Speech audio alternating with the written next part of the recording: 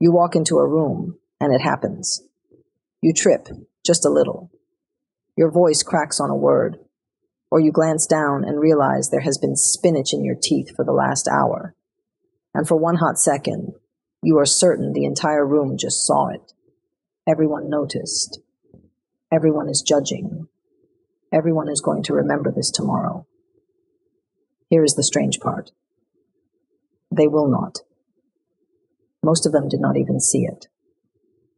And the few who did have already forgotten, because they are too busy worrying about their own spinach, their own cracked voice, their own bad hair.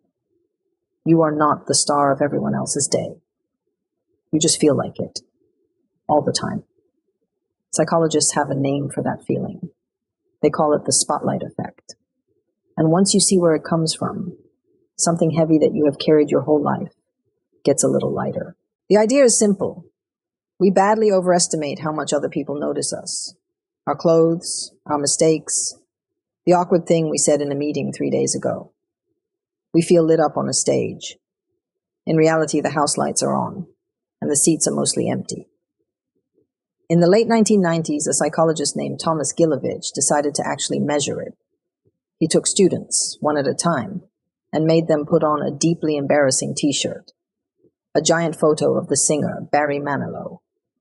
Then he sent them into a room full of their peers. Afterward, he asked the wearer one question. How many people in that room do you think noticed your shirt? On average, they guessed about half. Then he asked the room, how many of you actually noticed? Only about a quarter. Roughly half of what the wearer was so sure of. The embarrassment burning on their chest was, to almost everyone else, invisible. And when he ran it again with a flattering shirt, it made no difference. It is not just shirts either. Later studies found we overestimate how much a group noticed our clever comment, and how much they noticed our clumsy one. The high points and the low points both feel enormous to you. Both are far quieter than you think to everyone else. We are convinced the room is watching. It is not. So why does the feeling lie to you? Because you can never leave your own head. You have a front row seat to every second of your own life. Every thought, every flush of embarrassment, every replay of the dumb thing you said. It is loud, and it is constant, and it is the whole center of your universe. So your brain does something that feels reasonable. It assumes you must be near the center of everyone else's universe too. Psychologists call this egocentric anchoring.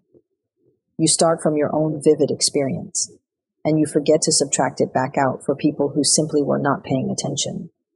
And there is a sister to this bias that is even sneakier. It is called the illusion of transparency.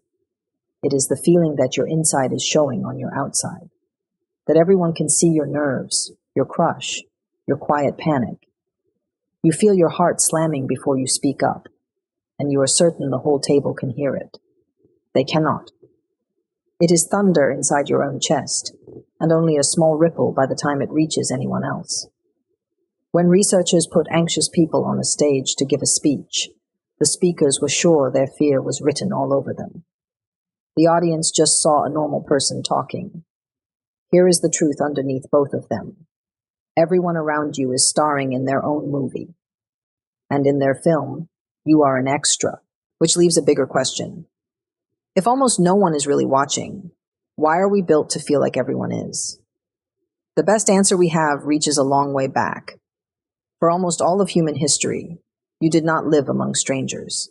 You lived in a small band, maybe a few dozen people, and you would know most of them for your entire life. In that world, being watched was not paranoia. It was accurate. Your reputation was your survival. If the group turned on you, if you were shamed or pushed out, you did not just feel bad. You could die. So one leading idea is that we evolved an inner alarm, and it was tuned to run hot. A mind that constantly asks, how do I look to the group? And quietly assumes the answer is life or death. It watches for any hint that you are being judged or left out.